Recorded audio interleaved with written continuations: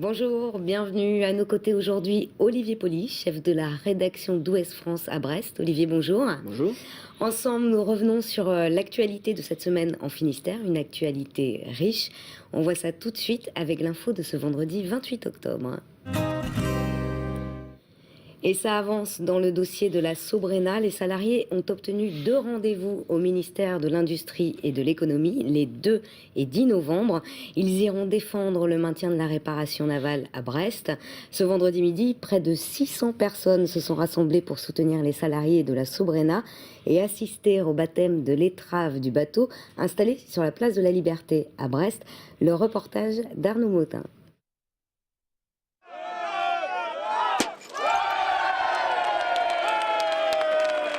Très clairement, nous avons l'engagement de l'État sur la question de la réparation navale à Brest.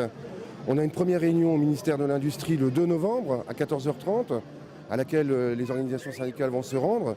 Et une deuxième réunion le 10 novembre, dans la journée, toujours au ministère de l'Économie, c'est-à-dire au plus haut niveau de l'État, avec l'ensemble des acteurs autour de la réparation navale en France. L'État, il a une vraie volonté dans la mesure où il a bien pris conscience que l'enjeu dépasse les 250 salariés de la Sobrena.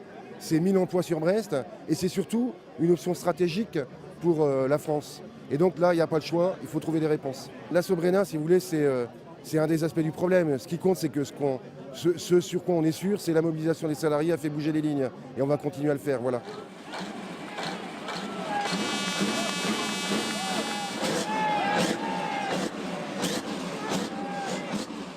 Alors Olivier, avant de commenter cette information, est-ce qu'on peut rappeler pour quelles raisons la Sobrena, leader français de la réparation navale civile, s'est retrouvée en difficulté ?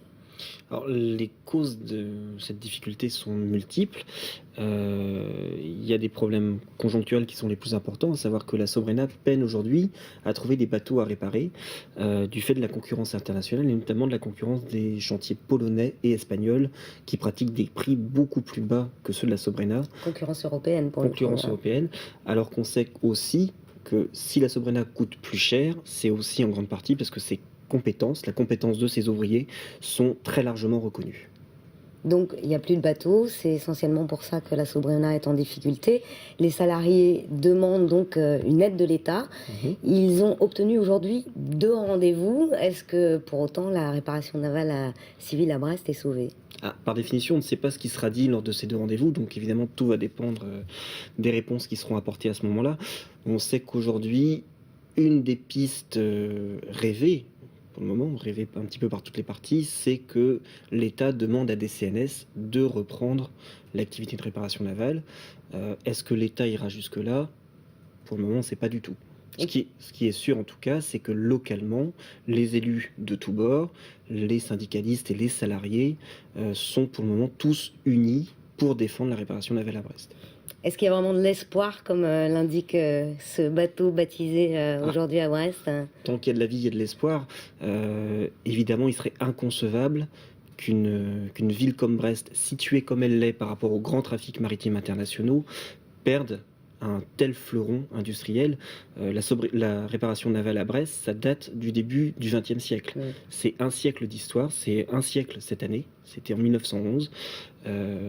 Ça paraît aujourd'hui totalement inconcevable que Brest perde ces compétences-là. Alors on suivra donc avec ces 2 réunions donc prévues début novembre à Paris. Autre actualité de la semaine, les grandes marées. Elles ont débuté mardi et se terminent samedi. Pour une fois, ce n'est pas sur terre mais dans les airs que Marina d'été a suivi les pêcheurs à pied portés par le Dragon 29. On regarde. Pendant que les pêcheurs à pied ont les bottes dans l'eau, un dragon les observe d'en haut. Le Dragon 29, c'est l'hélicoptère de la sécurité civile. Il sort à chaque fois qu'il y a de forts coefficients de marée supérieurs à 105.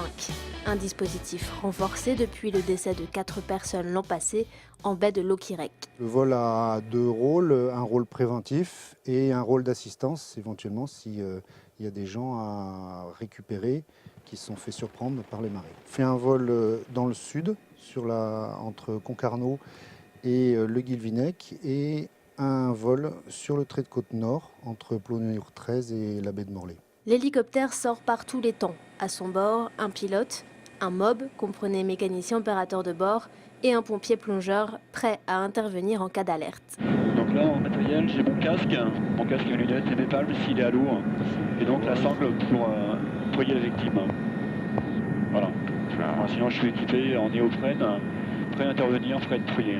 En parlant d'alerte, On a été sollicité par le Cross Corsen pour aller faire une recherche de personnes disparues au niveau de Perros-Guirec. Donc il s'agit de pêcheurs à pied, donc c'est tout à fait dans le cadre de la mission qu'on était en train d'effectuer.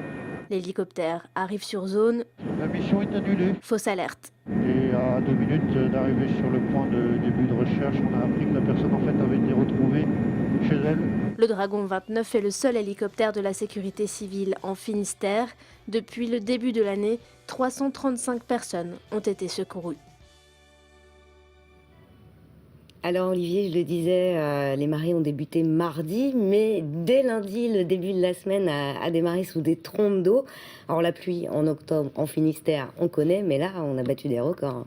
Alors d'après les relevés de Météo France, effectivement, c'était du jamais vu depuis 1949. Il est tombé à Brest en 6 heures, l'équivalent de 2 mois d'automne normaux. Alors ces pluies diluviennes ont provoqué surtout des inondations à Quimper et Landerneau combinées avec les grandes marées, et puis à Quérinou, à Brest, qui est un quartier qui subit souvent les inondations. Il y a eu des travaux pour éviter cela, et pourtant il y en a toujours. Alors est-ce que c'est inévitable ou pas ?